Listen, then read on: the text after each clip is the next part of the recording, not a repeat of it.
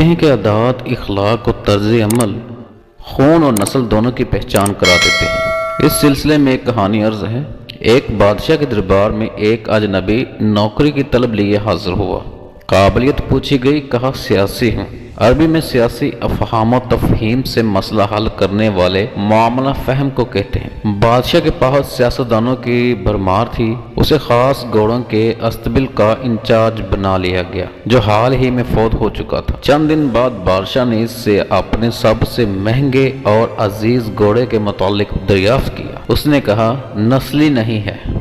بادشاہ کو تعجب ہوا۔ اس نے جنگل سے سائس کو بلا کر دریافت کیا۔ اس نے بتایا گھوڑا نسلی ہے، لیکن اس کی پیدائش پر اس کی ماں مر گئی تھی۔ یہ ایک گائے کا دودھ پی کر اس کے ساتھ پلا ہے۔ بادشاہ نے اس شخص کو بلایا اور پوچھا تم کو کیسے پتا چلا کہ گھوڑا نسلی نہیں ہے؟ اس نے کہا جب یہ گھاس کھاتا ہے تو گائے کی طرح سر نیچے کر کے، جبکہ نسلی گھوڑا گھاس منہ میں لے کر سر اٹھا لیتا ہے۔ بادشاہ اس کی فراست سے بہت متاثر ہوا اور اس کے گھر اناج، گھی، بھنے دمبے اور پرندوں کی اعلیٰ اقسام کا گوشت بطور انعام بھجوایا۔ اس کے ساتھ ساتھ اسے ملکہ کے محل میں تعینات کر لیا گیا۔ چند دنوں بعد بادشاہ نے مصاحب سے بیگم کے بارے میں رائے مانگی۔ اس نے کہا طور و اطوار تو ملکہ جیسے ہیں لیکن شہزادی نہیں۔ بادشاہ کے پیروں تلے سے زمین نکل گئی۔ اس نے فوراً اپنی ساس کو بلا کر پوچھا معاملہ کیا ہے؟ اس کی ساس نے تصدیق کر دی۔ اس نے کہا کہ حقیقت یہ ہے کہ تمہارے باپ نے میرے خاوند سے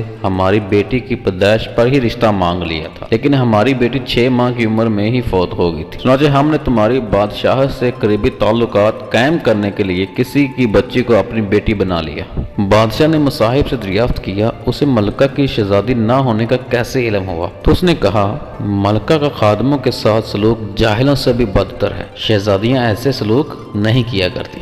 بادشاہ اس کی فراست سے بہت متاثر ہوا۔ ایک بار پھر سے بہت سا اناج اور بھیڑ بکریاں اسے بطور انعام دی اور اسے اپنے دربار میں متعین کر دیا۔ کچھ وقت گزرا تو اس کو پھر بلایا گیا اور بادشاہ نے اس سے اپنے بارے میں رائے پوچھی۔ اس نے کہا جان کے ایمان کا وعدہ دیجیے۔ بادشاہ نے وعدہ کیا تو مصاحب بولا نہ تو تم بادشاہ زادے ہو اور نہ ہی تمہارا چلن بادشاہ والا ہے۔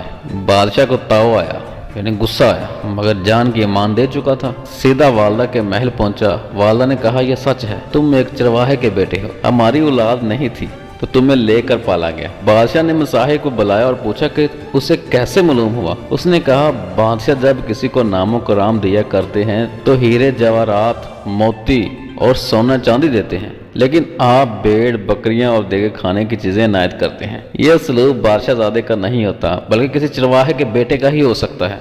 اس کہانی سے ہمیں سبق ملتا ہے کہ ہم جو بھی عمل کریں، کسی کے ساتھ جو بھی سلوک کریں، اس سے ہماری نسل کا پتہ چلتا ہے۔ تو مزید ایسی کہانیوں کے لیے ہمارے چینل کو سبسکرائب کریں اور بیل آئیکن کو بھی پریس کریں۔